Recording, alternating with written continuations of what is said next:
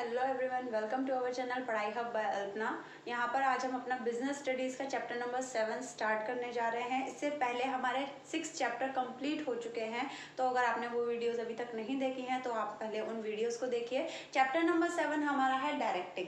तो chapter number 7 directing में अब हम आ चुके हैं, उसको अब हम कंटिन्यू आज करेंगे। तो देखते हैं फटाफट चैप्टर नंबर 7 डायरेक्टिंग में क्या क्या दे रखा है। सबसे पहले दे रखा है हमारा मीनिंग एंड इंट्रोडक्शन। तो इसको स्टार्ट करने से पहले मैं आपको एक थोड़ा सा रिव्यू दे दूं। तो डायरेक्टिंग, तो देखिए डायरेक्टिंग का मतलब क्या होता है, किसी को डायरेक्शन देना। ठीक है, किसी को हम एक तरीके से कोई निर्देश दे रहे हैं कि भाई आप इस काम को इस तरीके से करिए, तो उसको हम कहते हैं डायरेक्टिंग। अच्छा, अभी तक हमने पढ़ा था, अभी तक हमने जितनी भी चीज़ें पढ़ी, स्टार्टिंग हमने करी थी प्लानिंग से, क्योंकि मैनेजमेंट के फंक्शन होते हैं प्लानिंग के बाद ऑर्गेनाइजिंग के बाद आता है हमारा staffing, then directing and then controlling. तो अभी हम अपने 4th फंक्शन पर हैं। यहाँ पर अभी तक हमने जितनी भी चीज़ें पढ़ी, प्लानिंग पढ़ी, उसके बाद ऑर्गेनाइजिंग पढ़ी, उसके बाद स्टाफिंग पढ़ी, इसके बाद आता है डायरेक्टिंग। तो देखिए प्लानिंग में हमने प्लान किया, और ऑर्गेनाइजिंग में हमने सारी चीज़ों को ऑर्डर में अरेंज किया, और स्टाफिंग में फिर हमने लोगों को अपने यहाँ रखा, मतलब काम पर डिपार्टमेंट बनाया और लोगों को रखा, नई नई जॉब्स के लिए, अलग अलग जॉब्स के लिए अलग अलग लोगों को रखा ताकि हम काम को कर सकें। बट अभी तक हमने काम को करना स्टार्ट नहीं किया, क्योंकि आप अपने यहाँ कितने भी अच्छा स्टाफ रख लो, मतलब बहुत ही well skilled, well qualified, but भाई जब तक आप उनको डायरेक्शन नहीं दोगे कि आखिर उनको करना क्या है, तब तक वो काम करना स्टार्ट नहीं करेंगे। तो यहाँ पर अगर हम बात करें कि काम करना स्टार्ट जो होता है एक्चुअल में, वो कहाँ से स्टार्ट होता है, डायरेक्टिंग से। क्लियर? तो यहाँ पर हमारा आता है मीनिंग एंड इंट्रोडक्शन की अगर हम बात करें, directing function of management is concern with instructing, guiding, inspiring and motivating the employees in the organization so that their efforts result in achievement of organizational goal। इसका मतलब क्या है, देखिए डायरेक्टिंग फंक्शन ऑफ मैनेजमेंट, ये जो management का जो directing function है, ये कंसर्न करता है किससे, इसमें हम सिर्फ सामने वाले को डायरेक्शन नहीं दे रहे, मतलब डायरेक्शन देने का मतलब ये नहीं आप उससे सारे ऑर्डर्स ही चलाते चले आओ कि भाई ऐसे करो ऐसे करो ऐसे करो, तो ऐसा नहीं होता है, दैट इज नॉट पॉसिबल। क्योंकि यहाँ पर अगर हम इतना रूडली अपने एम्प्लॉय से बिहेव करेंगे तो फिर वो जॉब छोड़कर चले जाएंगे। ठीक है, तो डायरेक्टिंग का मतलब जैसे कि हमने स्टाफिंग में पहले करा था, स्टाफिंग में सिर्फ लोगों को अपने यहाँ रखना ही नहीं होता, उनकी ट्रेनिंग, डेवलपमेंट, बहुत सारा काम होता है। ऐसे ही डायरेक्टिंग में हमें सिर्फ लोगों को ऑर्डर्स नहीं देने, हमें और भी चीज़ें करनी है, जैसे कि इंस्ट्रक्टिंग, उन्हें इंस्ट्रक्शंस देने हैं, उसके बाद गाइडिंग, उन्हें गाइडेंस भी देनी है, उन्हें इंस्पायर भी करना है, मोटिवेट भी करना है, मतलब हर तरीके से उनके साथ हमें खड़ा रहना है। हम किसी को काम करने के लिए कहते हैं, अगर उसे काम करने नहीं आया तो हम उसे पीटना स्टार्ट थोड़ी कर देंगे, भाई ये तरीका थोड़ी है काम करवाने का। उसमें क्या करेंगे, अगर उसे कोई काम नहीं आ रहा तो हम उसे समझाएंगे, उसे गाइडलाइंस देंगे, उसे मोटिवेट करेंगे, उसे इंस्पायर करेंगे, ताकि वो उस काम को करने के लिए और ज़्यादा अपना बेटर से बेटर, उसमें जो भी एबिलिटी है उसके अकॉर्डिंग वो उस काम को करने की कोशिश करे। इसके बाद आता है हमारा सो दैट, ऐसा हम क्यों करते हैं, सो दैट देयर एफर्ट्स, ताकि उसके efforts result in achievement of organisational goal, ताकि वो अपने एफर्ट्स को ऑर्गेनाइजेशनल गोल को अचीव करने में लगा सके। क्लियर? उसके बाद आता है अकॉर्डिंग टू अर्नेस्ट डेल, अलग अलग ऑथर्स हैं, तो उन्होंने क्या लिखा है डायरेक्टिंग के बारे में, अर्नेस्ट डेल ने, directing is telling people what to do. Directing में हम क्या करते हैं, लोगों को बताते हैं कि उन्हें क्या करना है, एंड सीइंग दैट, और फिर ये देखना, that they do it the best of their ability. पहले हम उनको बताएंगे कि उन्हें क्या करना है, फिर हम उनको सुपरवाइज करेंगे, उन्हें देखेंगे, उनको वॉच करेंगे कि वो उस काम को अपनी बेस्ट एबिलिटी के साथ कर रहे हैं या नहीं, और अगर कोई गलती भी होती है तो फिर उसको जाकर करेक्ट करना, उन्हें मोटिवेट करना, ये भी हम करते हैं। क्लियर? उसके बाद आता है हमारा फीचर्स ऑफ डायरेक्टिंग फंक्शन के फीचर्स क्या क्या होते हैं। तो मैंने आपको पहले भी बताया था, नेचर, फीचर और कैरेक्टरिस्टिक्स, ये तीनों एक ही चीज होती हैं, चाहे नेचर आ जाए, फीचर आ जाए, कैरेक्टरिस्टिक्स आ जाए, तीनों अलग चीज नहीं है, सेम है।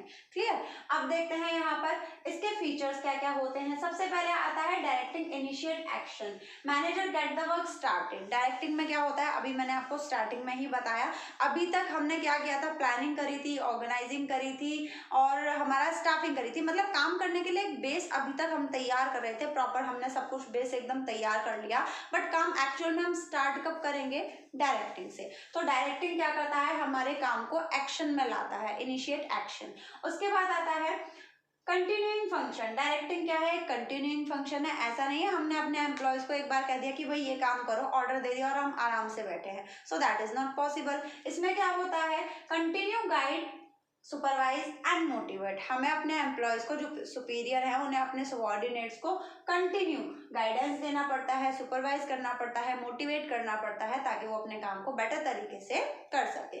उसके बाद आता है हमारा directing take place at every level. अब देखिए यहाँ पर हमारे अलग अलग डिपार्टमेंट्स थे, हमने ऑर्गेनाइजिंग चैप्टर में पढ़ा था, अलग अलग डिपार्टमेंट्स में अलग अलग मैनेजर्स थे, कुछ टॉप लेवल में थे, कुछ हमारे लोअर लेवल में थे, मतलब ऐसे कई सारे लेवल होते हैं। तो यहाँ पर क्या है, जो डायरेक्टिंग है that perform by managers at all level, her level के मैनेजर्स के द्वारा डायरेक्टिंग फंक्शन को परफॉर्म किया जाता है, ताकि वो अपने एम्प्लॉयज से वर्क करवा सके, क्योंकि भाई जब तक हम उन्हें इंस्ट्रक्शंस नहीं देंगे तब तक वो उस काम को नहीं करेंगे, ठीक है। उसके बाद आता है directing flow from top to bottom. Directing क्या है, ये फ्लो होती है from top to bottom, that means leading employees, हम अपने एम्प्लॉयज को लीड करते हैं। अब ये क्या है, from top to bottom, top मतलब ऊपर वाला जो टॉप लेवल है वो अपने लोअर लेवल को, या जो हमारा सुपरविजन, या फिर हमारा कह सकते हैं आप एक तरीके से लोअर लेवल ही इसको ले लेते हैं। तो यहाँ पर क्या है, टॉप टू बॉटम। अब यहाँ पर अगर आपको कुछ बेटर आता है,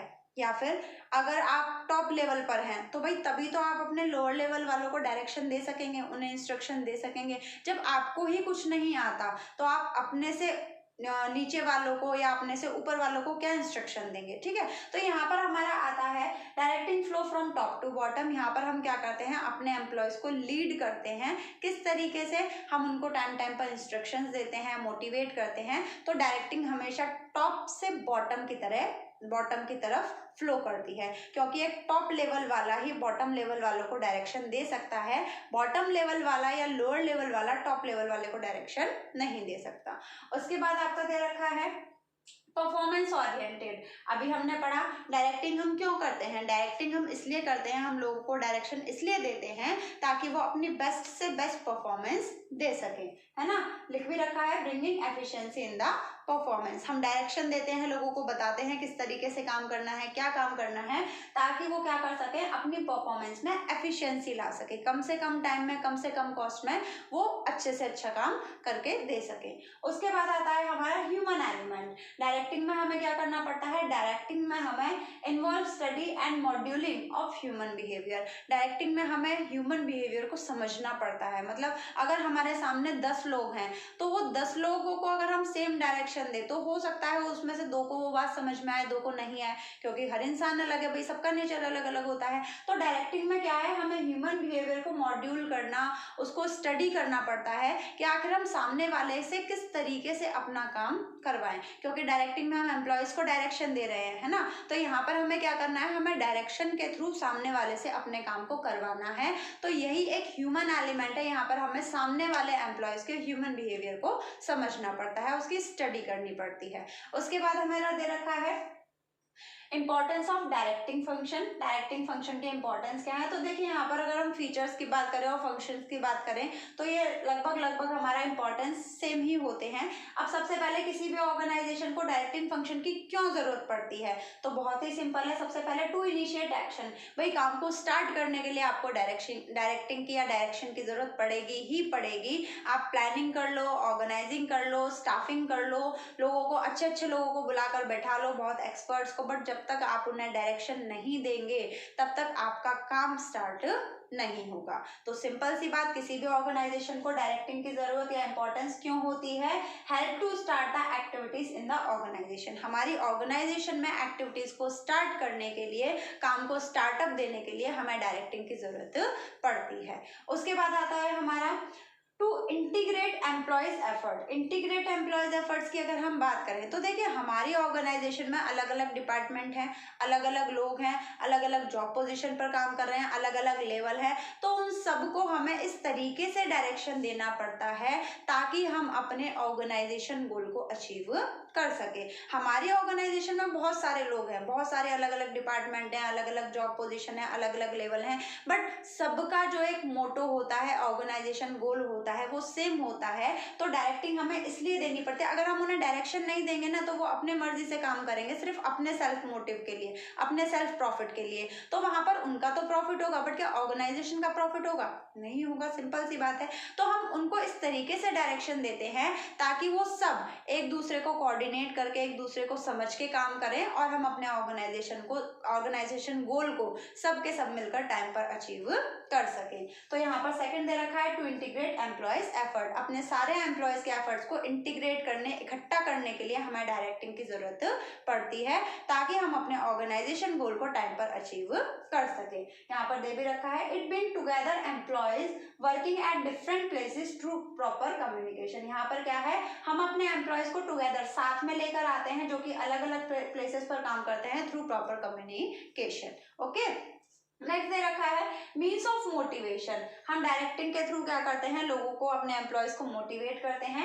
encourage employees to perform to their best ability, क्योंकि देखिए हमने किसी को डायरेक्शन दिया, हमने कहा कि भाई आपको ये काम करना है, इस तरीके से करना है, उसने किया बट बाई चांस उसको नहीं आया। 10 में से ऐसे एम्प्लॉयज थे जिन्होंने 8 ने तो कर लिया बट 2 को नहीं आया, उनको कुछ प्रॉब्लम आ रही है, समझने में कुछ दिक्कत आ रही है, तो हम क्या करते हैं, डायरेक्टिंग के थ्रू उन्हें मोटिवेट भी करते हैं। हम उनको बताते हैं कि भाई आप इस काम को इस तरीके से करिए, अगर आप इस काम को करेंगे तो देखिए आपकी एफिशिएंसी बेटर होगी, बाकी लोगों के साथ साथ आपका आउटपुट लेवल भी अच्छा होगा, आपकी जो अर्निंग है वो भी अच्छी होगी। तो इस तरीके से हम उन्हें मोटिवेट करते हैं, आपका करियर भी बेटर होगा। तो यहाँ पर क्या है, हम डायरेक्टिंग के थ्रू लोगों को एनकरेज करते हैं, अपने एम्प्लॉयज को एनकरेज करते हैं कि वो अपनी बेस्ट से बेस्ट एबिलिटी परफॉर्म करें। उसके बाद आता है आपका bring stability and balance in the organisation. Organisation के बीच में स्टेबिलिटी, एक स्थिरता रखना और बैलेंस बनाकर रखना भी डायरेक्टिंग का काम होता है।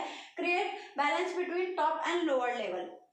इसका एक बहुत अच्छा एग्जांपल मैं आपको बताती हूँ। यहाँ पर सपोज यहाँ पर हमारे जो सेल्स मैनेजर हैं या सेल्समैन हैं, वो ये चाहते हैं कि हमारे यहाँ जो भी सामान बन रहा है, जो भी आउटपुट बन रहा है, उसके प्राइस को कम कर दिया जाए ताकि हमारी सेल्स ज़्यादा हो सके। ये बहुत ही सिंपल सा लॉजिक है। अगर हम किसी चीज़ के प्राइस को कम कर देते हैं तो उसकी सेल्स बढ़ जाती है, डिमांड बढ़ जाती है, ठीक है। बट इससे जो हमारी ऑर्गेनाइजेशन है, जो हमारा टॉप लेवल है, वो मतलब बिल्कुल भी एक तरीके से सहमत नहीं है, वो उसके फेवर में नहीं है। वो कह रहे हैं कि भाई हम अगर अपने यहाँ अपने आउटपुट के प्राइस को कम कर देंगे तो वहाँ पर हमारा लॉस होगा, आपकी सेल्स तो बढ़ जाएगी, मतलब आपका डिपार्टमेंट तो अच्छा काम करेगा बट हमारा जो रेवेन्यू है वो कम हो जाएगा, ठीक है। अब इसके लिए क्या है, यहाँ पर डायरेक्टिंग फंक्शन एक काम कर सकता है, वो डायरेक्शन दे सकता है। अब वो डायरेक्शन क्या देगा, वो कहेगा ठीक है टॉप लेवल अपनी जगह ठीक है, बट सेल्स मैनेजर को या सेल्स डिपार्टमेंट को क्या करना चाहिए, उसे अपने सेल्समैन को बढ़ा देना चाहिए। सपोज अगर आपके यहाँ 10 सेल्समैन हैं तो आप उन्हें 20 सेल्समैन कर दीजिए,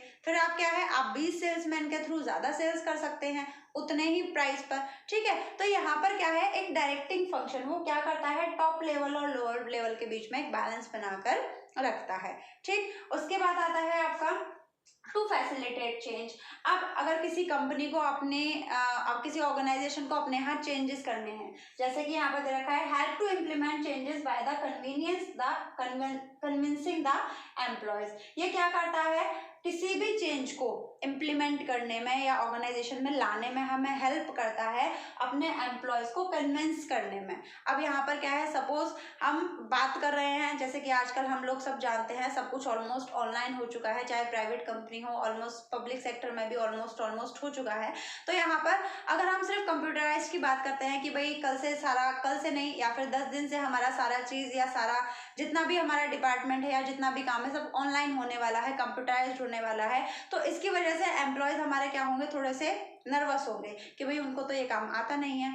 अब डायरेक्टिंग फंक्शन यहाँ पर क्या करेगा, डायरेक्टिंग फंक्शन या यहाँ पर जो हमारे मैनेजर्स हैं या सुपीरियर्स हैं वो उनको डायरेक्शन देंगे कि भाई अगर आप इन काम को सीखते हैं, इस लेटेस्ट टेक्नोलॉजी को सीखते हैं तो आपके पास बेटर करियर ऑप्शन है, ठीक है। आप ज़्यादा से ज़्यादा अर्न कर सकते हो, आपका पेपर वर्क बहुत कम हो जाएगा, आपके लिए बहुत ज़्यादा सुटेबल है, ठीक। तो इस तरीके से हम क्या करते हैं, उन्हें कन्विंस करते हैं ताकि वो आसपास के होने वाले चेंजेस को ईजिली अडॉप्ट कर लें। इससे क्या होता है, डायरेक्टिंग फंक्शन से टू फैसिलिटेट चेंज। अगर हम अपनी कंपनी में कोई भी चेंजेस लाने वाले हैं, ये उसको बहुत ही ईजी कर देता है, अपने एम्प्लॉयज़ को कन्विंस करता है ताकि वो उस चेंज को बहुत ही पॉजिटिव एटीट्यूड के साथ एक्सेप्ट कर सकें। ठीक, तो आज हमने इसका कुछ टॉपिक्स क्लियर कर लिए, मीनिंग हो गया, आज हमारा फीचर्स हो गया एंड इम्पॉर्टेंस हो गई। बाकी की चीज़ें हम नेक्स्ट टॉपिक में क्लियर करेंगे। टॉपिक से रिलेटेड अगर आपको कोई भी डाउट आता है तो आप कमेंट सेक्शन में जाके मुझसे पूछ सकते हैं। And please like, comment and share with your friends. This is it for today. Thank you.